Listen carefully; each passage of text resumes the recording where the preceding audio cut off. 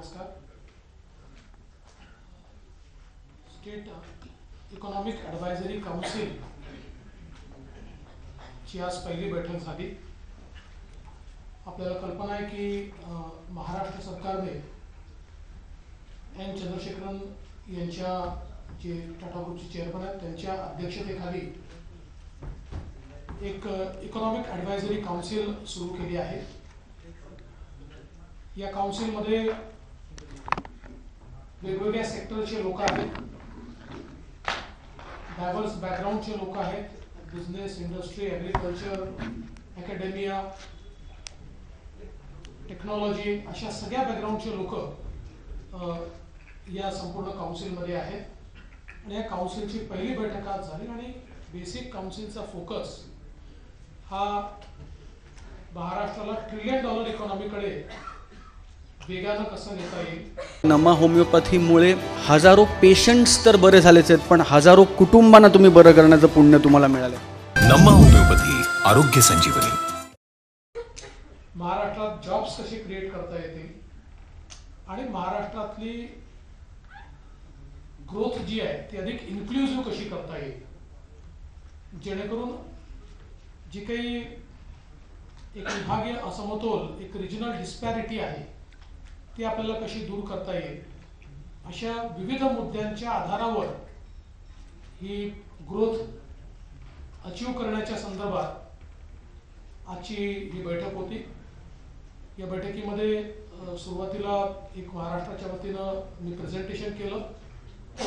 त्यानंतर चंद्रासाहेबांनी देखील एक गेल्या काही दिवसांमध्ये त्यांनी जो काही सगळा रिसर्च केला त्या रिसर्चच्या आधारावर एक प्रेझेंटेशन केलं. त्याच्यामध्ये आत्ताची स्थिती काय आहे आणि ती स्थिती आपल्याला ॲक्सिलरेट करायची असेल तर साधारणपणे काय केलं गेलं पाहिजे या बाबतीतल्या सगळ्या गोष्टी सांगितल्या.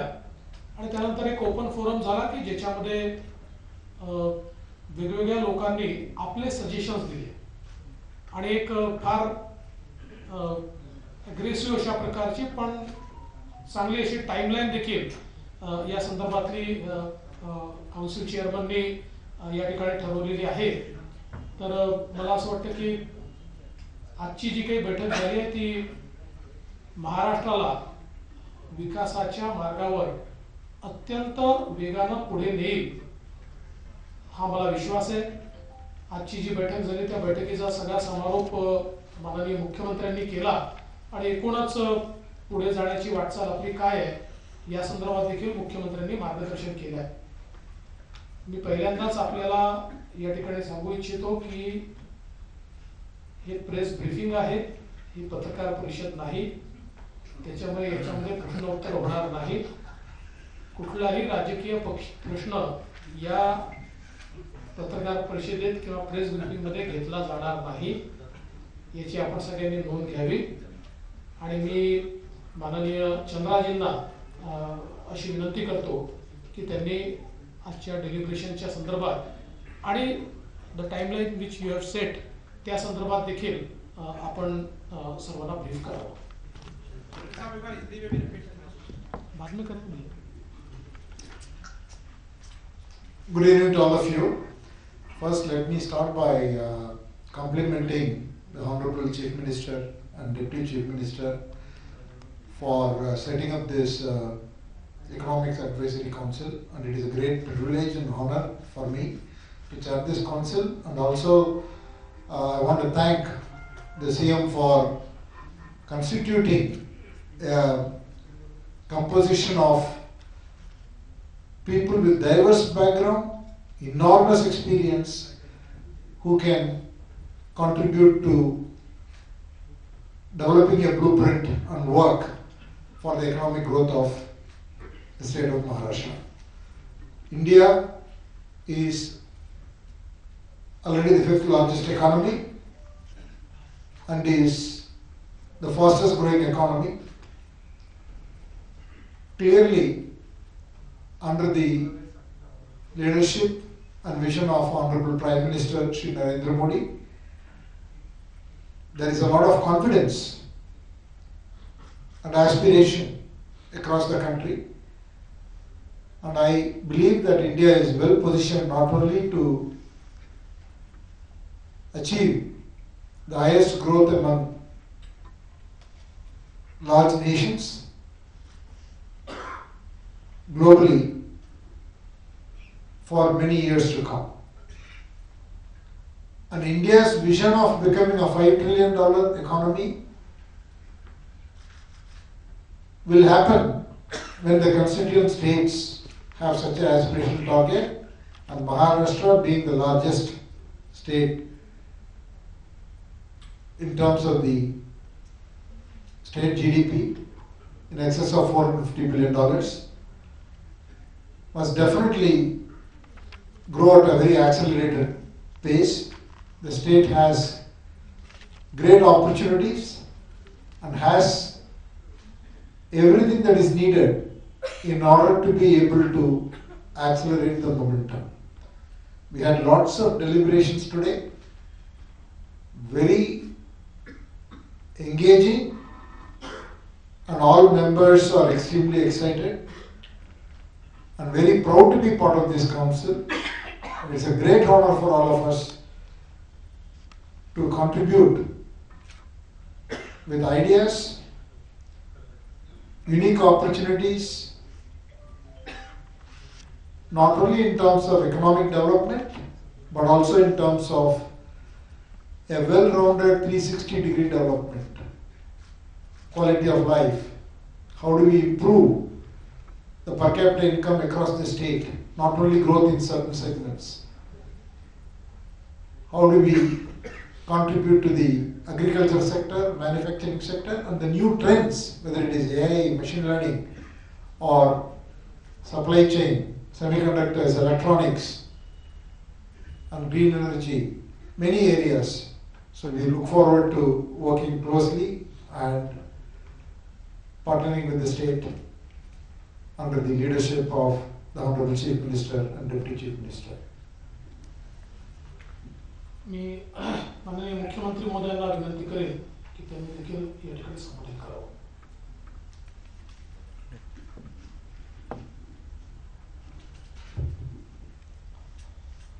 आज महाराष्ट्राच्यासाठी अतिशय महत्त्वाची अशी महाराष्ट्राच्या विकासासाठी आर्थिक सल्लागार परिषद त्याची पहिली बैठक झाली आणि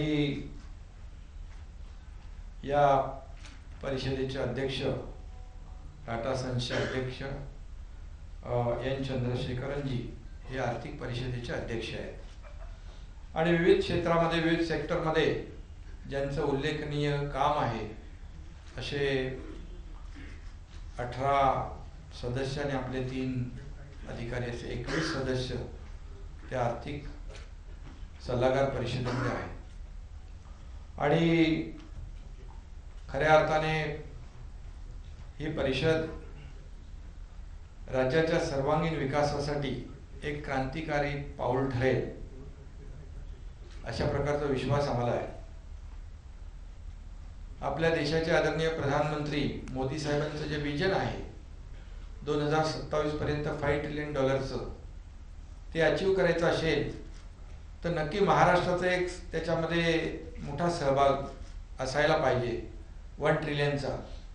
आणि मग त्या दृष्टीने सगळ्या सेक्टरमध्ये काम केल्यानंतर महाराष्ट्राची भूमिका त्यामध्ये निर्णायक ठरेल आणि त्याचमुळे ही आर्थिक सल्लागार परिषद फार महत्त्वाची भूमिका ठरणार आहे. आणि म्हणूनच आज खूप चर्चा झाली त्याच्यावर.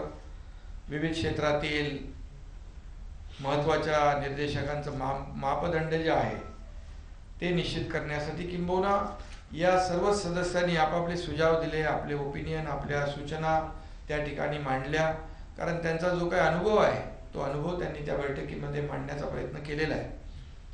आणि नक्कीच जे काही या आर्थिक सल्लागार परिषदेचं जे विजन आहे गेल्या आपण स्थापन केल्यानंतर अध्यक्ष चेअरमन साहेबांनी त्याच्यामध्ये त्यांच्या प्रेझेंटेशनमध्ये खूप काही ज्या डेव्हलपमेंटच्या बाबी आहेत त्या मांडलेल्या आहेत.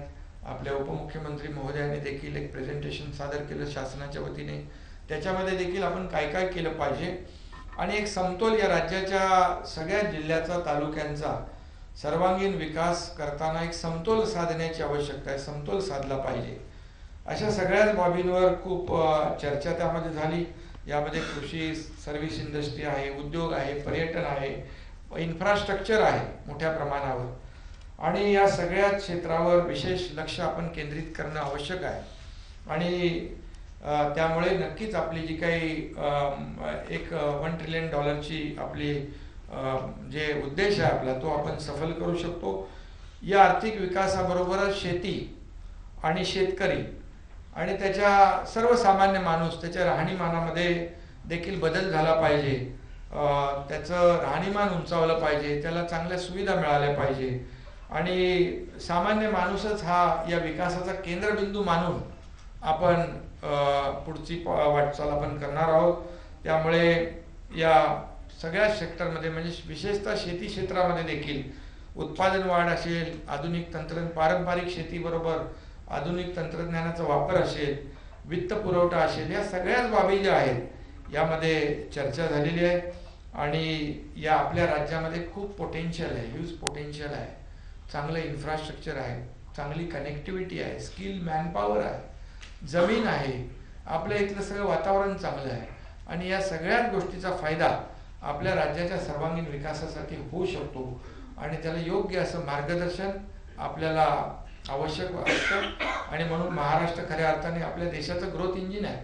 आणि म्हणून आजच्या या बैठकीमध्ये फार महत्त्वाची चर्चा झालेली आहे. या राज्यातल्या जिल्ह्यांची क्षमता जी आहे ती क्षमता वाढ झाली पाहिजे.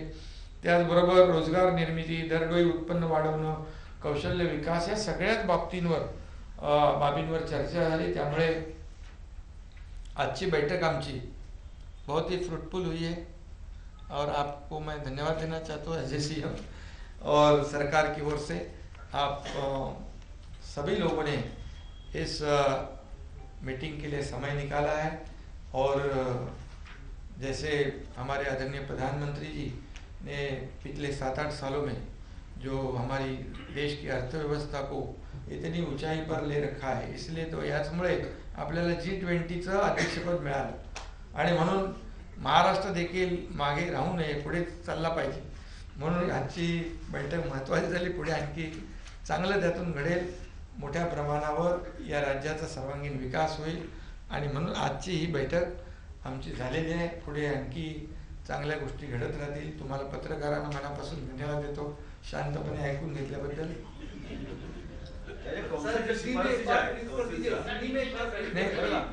या कौन्सिल शिफारसी ज्या आहेत त्याचं बजेटमध्ये कितपत आता ते सगळं होईल ना. तुम्हाला आता आम्ही प्रेस नोट काढूनच दिली असतील फक्त.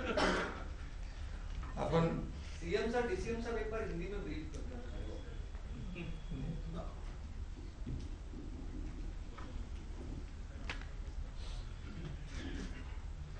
महाराष्ट्र सरकार ने जो state economic advisory council constitute की, आज उसकी पहली बैठक थी. इस काउंसिल के अध्यक्ष के रूप में टाटा सन्स के जो चेयरमैन है एन चंद्रशेखरन जी, इनको नामित किया गया और उनके साथ अलग अलग क्षेत्रों से लोगों को इस काउंसिल पर नामित किया गया. और बहुत ही एक सार्थक चर्चा इस काउंसिल की मीटिंग में हुई, जिसमें पहले महाराष्ट्र सरकार की ओर से एक प्रेजेंटेशन मैंने किया. बाद में एन चंद्रा जी ने, उन्होंने पिछले समय से जो रिसर्च किया है उस रिसर्च के आधार पर हम लोग कहाँ हैं और कहाँ जा सकते हैं, इसका एक छोटा रोड मैप हमारे सामने रखा. उसके ऊपर जो सारे मेंबर्स थे, डेलीगेट्स थे, उनका भी एक राय ली गई. उन्होंने भी अपनी सारी कल्पनाएं वहाँ पर रखी, कौन से एडवांटेजेस हमको है, हम क्या कर सकते हैं. और अंत में हमारे माननीय मुख्यमंत्री जी ने ये सारी जितनी कल्पनाएं आई थी इन सभी को मद्देनजर रखते हुए इस बैठक का समापन किया।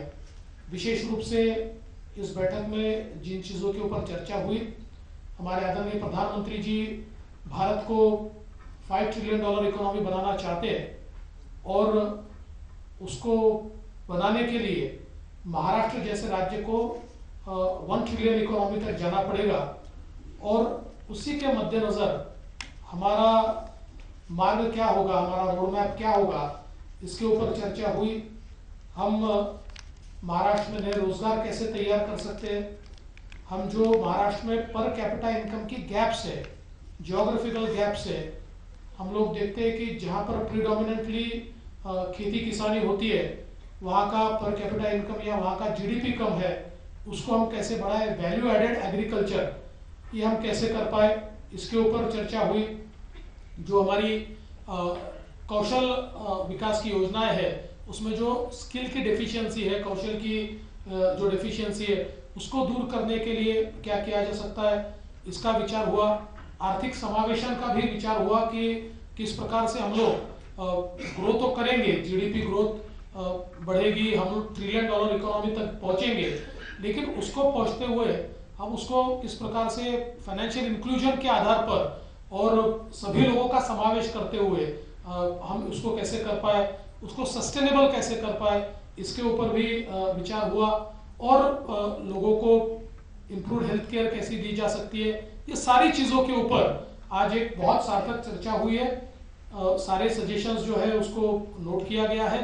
अभी इस पर एक पेपर तैयार होगा, फिर एक बैठक उसके ऊपर होगी और एक 2-3 बैठकों के बाद इसका एक कंप्लीट रोड मैप एक कंसल्टेशन के माध्यम से तैयार किया जाएगा। ये रोड मैप हमारे सामने काउंसिल प्रेजेंट करेगी और उसके बाद उसका इम्प्लीमेंटेशन करने की स्ट्रेटेजी भी काउंसिल तय करेगी, जिस स्ट्रेटेजी के आधार पर राज्य सरकार आगे बढ़ेगा। तो मुझे ऐसा लगता है कि चूंकि प्रश्न आया था, वैसे प्रश्न लेना नहीं है तो इसको बजट तक सीमित मत रखिए। एक ये लॉन्ग टर्म स्ट्रेटेजी है, अगले 4-5 सालों की स्ट्रेटेजी है जिसको हम लोग तैयार कर रहे हैं और इसका रिजल्ट भी आने के लिए कुछ समय हमको देना पड़ेगा, क्योंकि पहले प्लान बनेगा और उस प्लान के मुताबिक फिर जो इम्प्लीमेंटेशन की स्ट्रेटेजी बनेगी उस स्ट्रेटेजी को लेकर हम लोग आगे बढ़ेंगे। बहुत बहुत धन्यवाद।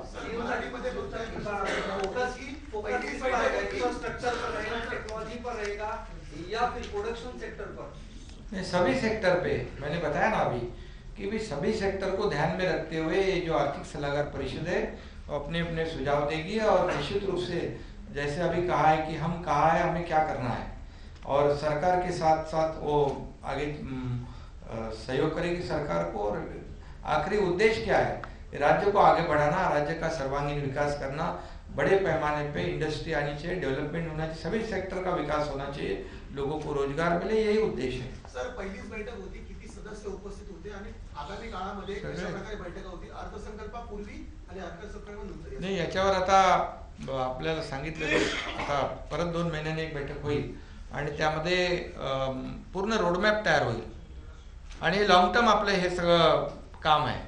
त्यामुळे आज सगळे होते 21 पैकी 19 होते, 19 सदस्य होते, सगळे होते।